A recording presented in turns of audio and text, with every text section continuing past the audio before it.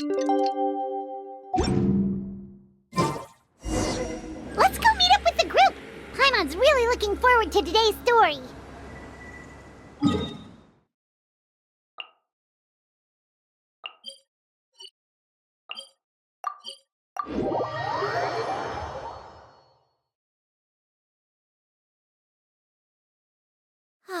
The air is just right.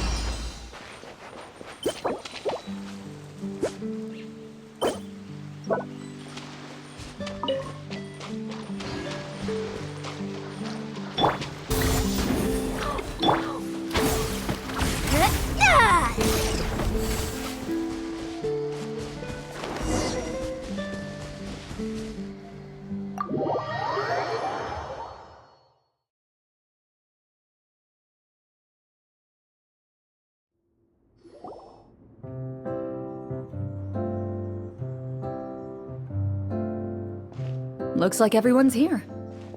Now, before we begin, why don't we finish where we left off yesterday? There was an important decision to be made, yes? I'll pour everyone a cup of tea. Is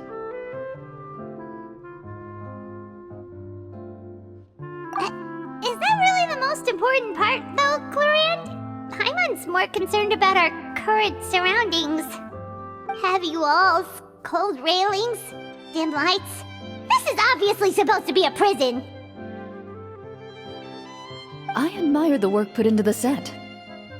Still, it's obvious the scriptwriter has never paid a visit to the fortress of Meripede. So this set is going to be a part of the script? Unfortunately, that is something I can neither confirm nor deny. Anyone think Clorinde's smile is starting to look kinda scary? Well, whatever happens, we'll just have to push on. But first, we should really figure out what to do with this treasure. If we're worried about arousing suspicion because of our identity, why don't we give ourselves a different name, just like Clorinde's master did? Yeah, it might be better to keep a low profile. As long as we're helping people, it doesn't matter who we are or what we're called. Staring at me won't get you anywhere. Or did you want some more tea? Oh, Paimon's good. Thanks. Why aren't you saying anything, Navia?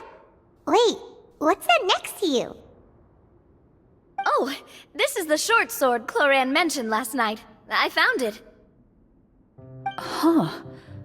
I'm surprised you managed to track it down after all this time. Well, I made sure to take good care of it, considering the circumstances in which you gave it to me. Of course I had to keep it safe. Anyway, where were we? Oh, right. I was just thinking about all the potential ways for us to break out of prison. We could dig a tunnel, or try to bribe the guards. Wait, we haven't been thrown into prison yet, have we? Well, it's only a matter of time. It pays to be prepared. Just like how you should always have an umbrella on hand, even when it's sunny. Alright, Paimon's made up her mind. Let's just give the treasure away. Paimon may have wanted to keep it, but if it's going to land us in prison somehow, Paimon will be too upset to enjoy her snacks. So, you reached an agreement? All right then, we can continue with the story. Oh, and we'll collect all the scattered pieces of treasure on the ground as well. All right. You collect the treasure and make your way back to the capital with your bag of loot in hand.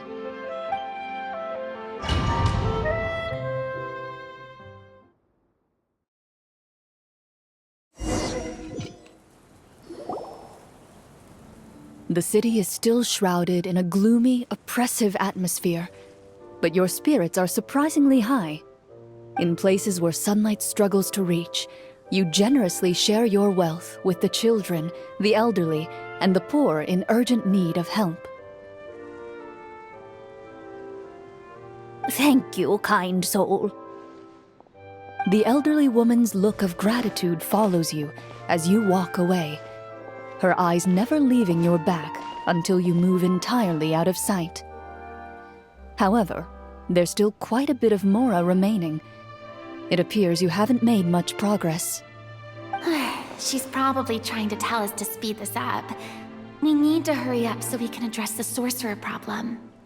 Should we go find that man again at the square?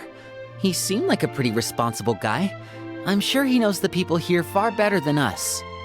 Oh, good idea! Just as you start to make way to the square, intent on finding the man again, there's a voice.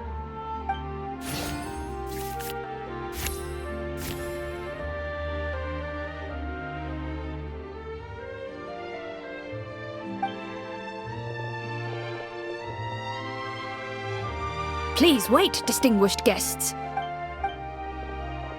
Several strange guards suddenly call out to you. They run forward to meet you and proceed to politely pay their respects. Greetings, gentlemen. Are we being invited for afternoon tea? Surely you jest, my lady. That would not be our place. It is His Excellency the King who requests to meet with you. Please come with us.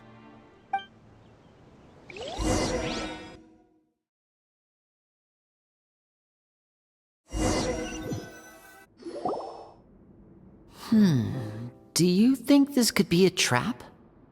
Well, we have to investigate the court at some point, right? Meeting the king himself would be a fantastic opportunity to do that. I say we go for it. If something happens, we'll just turn the whole place upside down. That sounds a little intense. After a quick discussion, you nod to the guards and agree to follow. They lead you all the way to the audience hall of the palace. Gilded tables line both sides of the hall. The space itself is adorned with all manner of expensive antiques, glass shelves, and silver candlesticks. The items appear quite ordinary in size and dimension, yet their presence somehow makes the emptiness of the hall feel even more surreal and ominous. Wow, it's so luxurious! The elderly king, clad in a magnificent robe, sits upon the deep crimson throne before you. He wears above his head a majestic crown, with a gemstone the size of a bird's egg set right at the very front. As you observe it, you see a complex pattern of light reflect off its surface. Ahem! They're here, your majesty. A man dressed in dark clothes, likely a minister, shields his mouth with his hands and bends down to whisper a few words to the king. After a moment, he lowers his hands and stands back up. His gaze shifts to fixate on your group, but he does not move from his place at the king's side. The king does not appear entirely aware of his surroundings. The man by his side, though. We should keep a close eye on him. The king remains still and says nothing. The minister is the one who speaks. Esteemed guests, allow me to thank you for coming to our faraway kingdom. Unfortunately, His Majesty the King finds himself quite exhausted from work. So please allow me, his Prime Minister, to welcome you in his stead. I've heard tell that your group, the Marechaussee Hunters, used your exceptional ability with the sword to repel the monsters near the capital. Such a great deed deserves to be rewarded. However, seeing that I was not fortunate enough to observe such a feat with my own eyes, you'll forgive me for seeking to verify the truth by speaking to you myself. Well, we've got nothing to hide. You brought us here to talk, right? So we'll just explain what happened.